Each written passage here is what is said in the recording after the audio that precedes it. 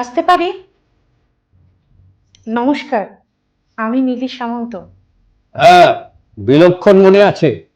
বসুন।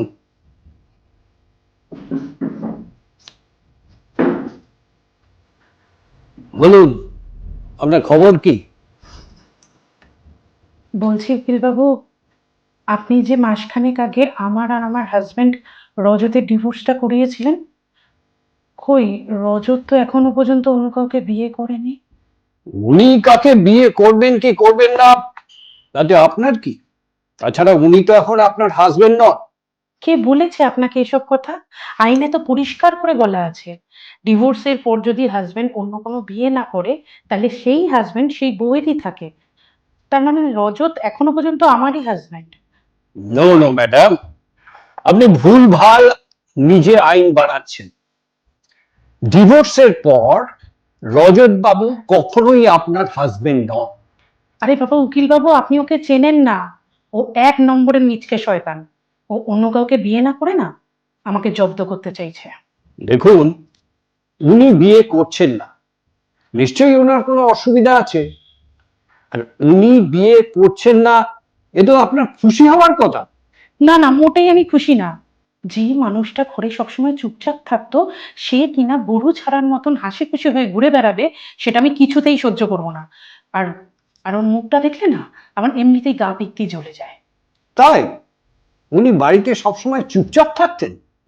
তাহলে আর কি বলছি উকিল বাবু, ওকে খাইয়ে দাইয়ে প্রত্যেকদিন অফিসে পাঠাতাম, ও অফিস থেকে এসে বাড়িতে চুপ করে বসে থাকতো। উনি প্রতিদিন অফিসে ঝগড়া করতেন কেন? ওই তো, যাতে বাড়িতে ফিরে আমার সাথে ঝগড়া করতে না হয়। তা এটা তো খুব ভালো কথা। না না, মোটেই ভালো কথা নয়। বাড়িতে নিজের বউ থাকতে ও কেন বাইরের লোকের সঙ্গে ঝগড়া করবে? আর আমি বা বাড়িতে কি করব? আমার আবার ঝগড়া না করতে পারলে না কেমন যেন একটা দম বন্ধ লাগে। এবার আপনি বলুন উকিল বাবু, আমি কি করব?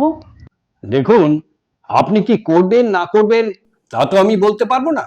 তবে আপনার পাড়ার লোকের মুখে শুনেছি উনি খুব ভালো মানুষ, কোনো নেশা টেশা করেন না। আপনি ঠিকই শুনেছেন উকিল বাবু। বলছি, আপনি বিড়ি সিগারেট কিছু খান? হ্যাঁ, আমি সিগারেট খাই। দেখেছেন তো উকিল বাবু, এটা আমি ওকে কিছুতেই বলে বোঝাতে পারি না।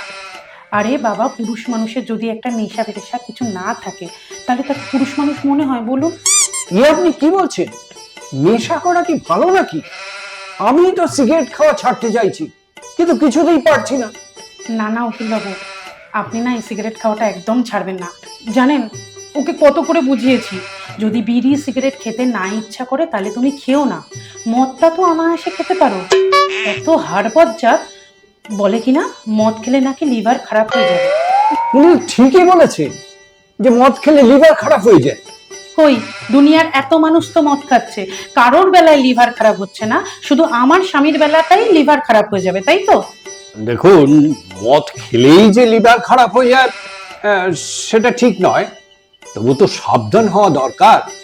আর তাছাড়া মদ খেতে গেলে অনেক টাকার দরকার হয়।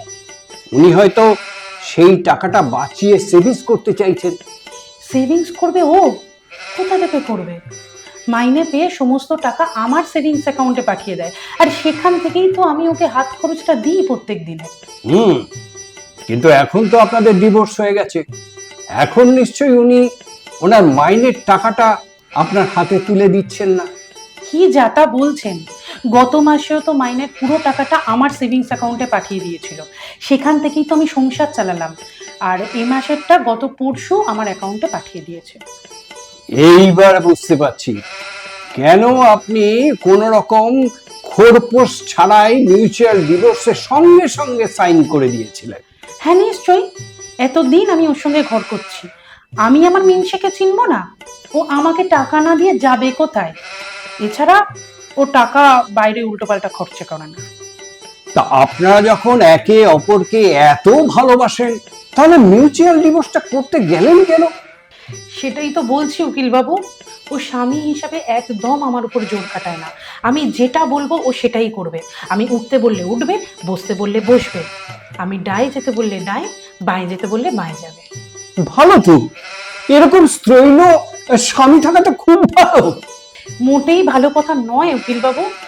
এর জন্য জানেন ওর সাথে কোথাও ঘুরতে যেতে পারি না, এমনকি এমনকি পুজোতেও আমরা একসঙ্গে বেরোতে পারি না। কেন? কেন আপনারা পুজোতে একসঙ্গে বেরোতে পারেন না? কি আর বলবো উকিল বাবু, রাস্তায় বেরোলেই হাঁ করে আমার মুখের দিকে তাকিয়ে থাকবে। আরে বাবা, এত সুন্দর সুন্দর মেয়েরা রাস্তাঘাট দিয়ে হাঁটাচলা করে, কই তাদের দিকে তো দেখবে না? এক নম্বরের শয়তান, সারাক্ষণ আমার মুখের দিকে হাঁ করে তাকিয়ে বসে থাকবে। আপনি যাই বলুন না কেন, এটা কিন্তু আপনার স্বামীর একটা বেশ ভালো গুণ। মোটেই ভালো গুণ নয়। পুরুষ মানুষ হয়েও যদি মেয়েদের দিকে তাকাতে লজ্জা পায়, তাহলে সে আবার কিসের পুরুষ মানুষ শুনি? দেখুন, সবাই তো সমান হয় না। উনি হয়তো একটু লাজুক, তাই লজ্জা পাচ্ছেন। লাজুক না ছাই, সবই ও ইচ্ছা করে করে, ভাবে আমি কিছু বুঝি না। বেশ, আপনার কথাই মেনে নিলাম, ধরে নিলাম উনি লাজুক নন, সবই ইচ্ছা করে করেন। তাহলে বলুন তো, আপনাদের ডিভোর্সটা হলো কেন? বুঝলেন উকিল বাবু, আমার কি মাথা সবসময় ঠিক থাকে? একদিন রাগের মাথায় বলেছিলাম, দূর হয়ে যা আমার সামনে থেকে, আমি আর তোর সঙ্গে ঘর করব না, আজকেই ডিভোর্স দেবো। ও সত্যি সত্যি এই কথা শুনে আপনার সঙ্গে যোগাযোগ করে ডিভোর্স পেপারটা রেডি করে ফেলবে, এটা আমি বুঝিনি। একদিন আমাকে বলল, আমার সাথে এক জায়গায় চলো, দরকার আছে। আর আপনিও সঙ্গে সঙ্গে ওনার সঙ্গে চলে এলেন এখানে। হ্যাঁ, আমি কি করে বুঝবো যে ও এরকম একটা কাণ্ড করে বসবে? ও আমার সব কথা শোনে ঠিকই কথা, কিন্তু ও আমাকে খুশি করার জন্য এরকম একটা কাজ করবে বোকার মতন, তা আমি স্বপ্নেও ভাবিনি। ঠিক আছে, আমি মানলাম যে রজত বাবু আপনাকে খুশি করার জন্য বোকার মতো আমাকে দিয়ে মিউচুয়াল ডিভোর্সের পেপারটা তৈরি করিয়েছিলেন, কিন্তু আমি তো নিজে দেখেছি আপনি ওনার আগে নিজে সই করে তারপরে ওনাকে দিয়ে জোর করে সইটা করিয়ে নিলেন। সেটাই তো কথা উকিল বাবু, আমি এমনিতেই আমার মাথাটা ঠিক থাকে না যখন আমি রেগে যাই। ও কি জানে না, এমনিতেই আমার বুদ্ধি শুধু একটু কম। তার উপর জানেন তো, ও না একটা হাড় বজ্জাত। আমি যখন সাইন করলাম তখন ও আমাকে কেন আটকালো না? ওর পেটে পেটে খালি শয়তানি বুদ্ধি। ও চাইছিল যাতে আমাদের ডিভোর্সটা হয়ে যায়। তাহলে কি আপনারা ডিভোর্সটা চাইছেন না? দেখুন, যেহেতু এটা মিউচুয়াল ডিভোর্স ছিল, তাই স্বামী স্ত্রী কোর্টে এসে আবার একসঙ্গে থাকবো এই মর্মে একটা ফর্ম ফিল আপ করতে হবে। সেই ফর্মটা খুঁটিয়ে দেখে একটা নোটিশ জারি করা হবে। এ অনেক সময়ের ব্যাপার কিন্তু ম্যাডাম। আরে বাবা, আমি সেটা বলছি না উকিল বাবু। আসলে ও তো মাইনের সমস্ত টাকাটাই আমাকে দিয়ে দেয়। ও যে বাইরে কি খাচ্ছে কি করছে আমি কিছুই বুঝতে পারছি না।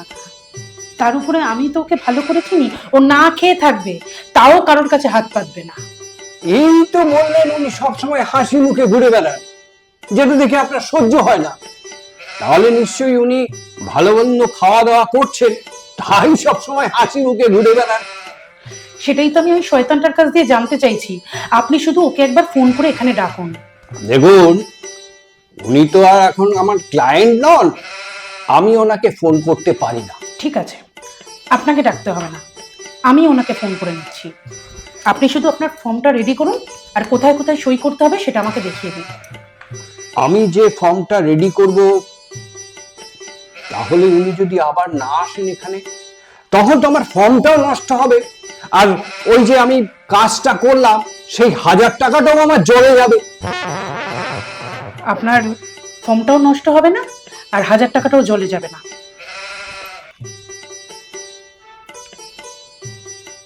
হ্যালো, কি রাজকাজ করে শুনি? আধ ঘন্টার মধ্যে অ্যাডভোকেট অনিল দাস শর্মার চেম্বারে চলে আসবে, উনি তোমার জন্য অপেক্ষা করছে। হ্যাঁ, একদম দেরি করবে না। নিন, এবার আপনার কাজটা শুরু করুন।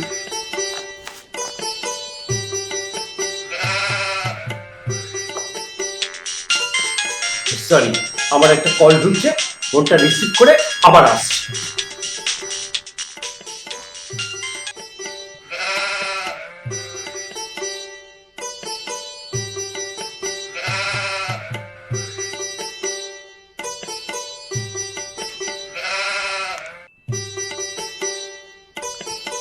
আরে কোথায় আছো? তাড়াতাড়ি আসো।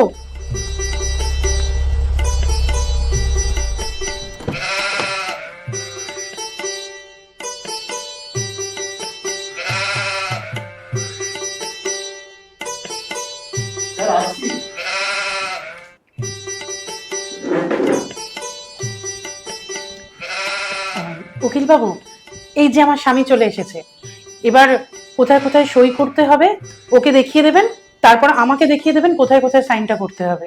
হ্যাঁ হ্যাঁ, আমি ফর্মটা আগে রেডি করি, তারপরে আমি দেখিয়ে দেবো কোথায় কোথায় সাইন করতে হয়। এই যে খুব তো হাসি হাসি মুখ করে ঘুরে বেড়াচ্ছিল, একটা মেয়েকে তো বিয়ে করার মতো মুড়ো তো হলো না। এই দেখুন, এইসব কথাবার্তা আমার এখানে বলবেন না। আপনি না যত নষ্টের গোড়া। আমার ভালো স্বামীটাকে কাছে পেয়ে ইনিয়ে বিনিয়ে ভুলভাল বুঝিয়ে আপনি এই ডিভোর্স পেপারে সাইন করিয়েছেন। আপনার লজ্জা লাগলো না? আপনার যদি অতই ডিভোর্স দেওয়ার শখ, তাহলে নিজের বউকে গিয়ে দিন না। আপনার সঙ্গে একটা কথা বলাই মুশকিল মনে হয়। কে বলেছে আমার সঙ্গে কথা বলতে? টাকাটা তো আপনি পেয়ে গেছেন, এবার নিজের কাজটা মন দিয়ে করুন না।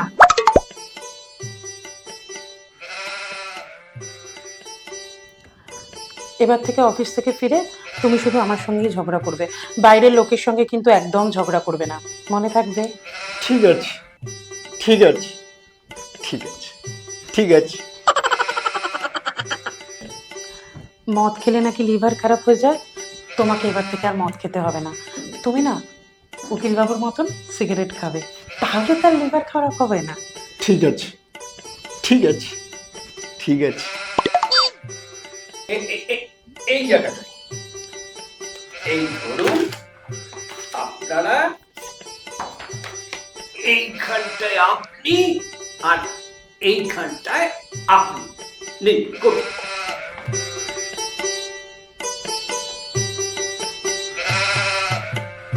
এই নিন। ব্যাস, হয়ে গেছে। Thank you sir. Thank you, thank you. Thank you.